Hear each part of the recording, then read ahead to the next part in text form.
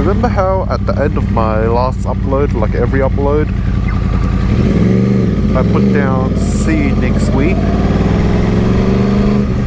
Because I was going to commit to a weekly upload schedule. But my bike decided to shit itself. My starter motor decided to shit itself. Oh, come on.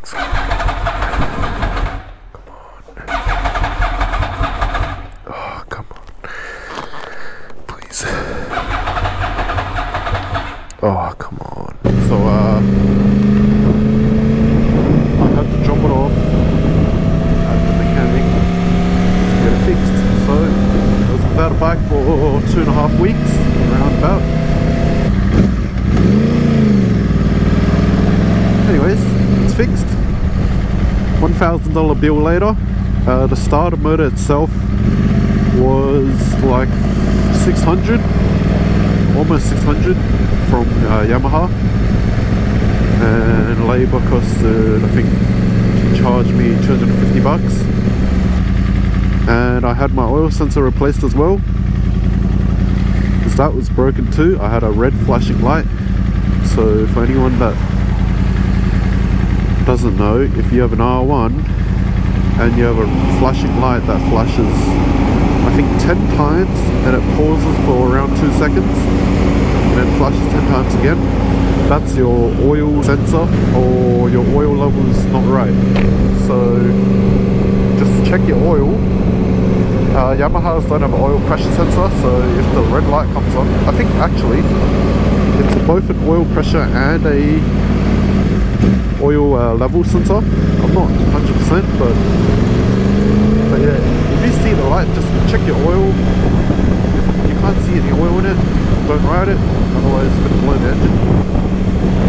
But in my case, I had plenty of oil, and I've also changed the oil and oil filter, so I was pretty certain it was just the sensor. The part for that was around $110 or something.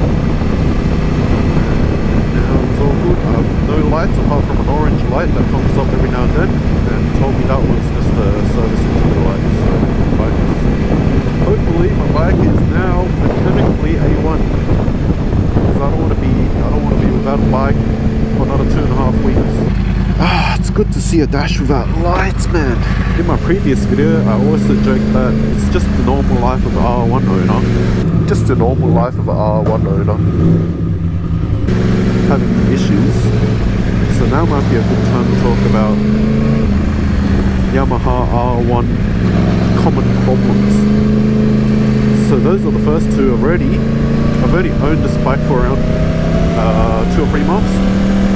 I've had 2 issues already, which I expected because I did my research before buying this thing. Anyways, so we got the first one, starter motor, of course. It just somehow just shits itself. This bike is 10 years old, so you can't expect too much. And the second thing was my oil level sensor.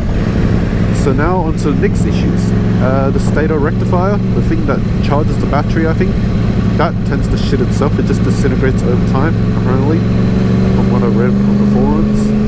So you gotta watch out for that. That's I don't know how much that is. A few hundred to 1,000. Then you have the clutch. That's right. My clutch is about to shit itself. And how do I know? Because it's like it doesn't have a good bite point. It's dodgy. That's why I keep stalling. My clutch is probably on its way out. You can tell because it gets noisy. It's like chattery. That's probably going to be like 1K as well. Or you can replace it yourself. You would need to get the whole basket, I think. But I've never done a clutch job in my life, so I don't know. I might attempt it. Because I don't fancy forking out an okay.